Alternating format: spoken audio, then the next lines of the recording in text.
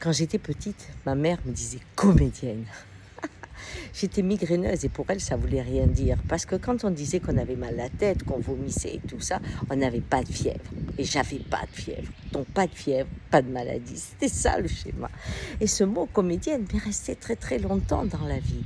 Et il a fallu que je fasse une thérapie parce qu'il fallait que je tombe, que ce soit très très grave pour oser dire je suis malade. C'était impossible pour moi. Et comme une fois, je me suis retrouvée à l'hôpital dans des états fous et on me disait mais pourquoi vous avez attendu jusque-là? Mais j'avais la phrase de ma mère, c'est pas grave, comédienne. Je crois que dans mon cabinet, chaque fois que j'ai rencontré quelqu'un qui avait vécu ce profil, eh bien, je savais très très bien partager ce qui se passait.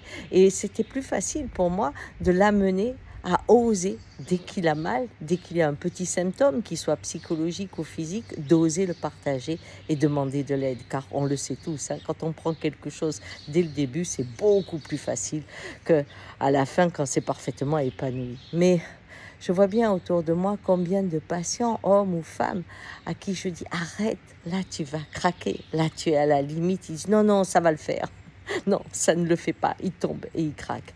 Alors aujourd'hui, c'est à ça que je voulais vous sensibiliser. D'être courageux ne veut pas dire de serrer les dents et de montrer qu'on peut résister à tout.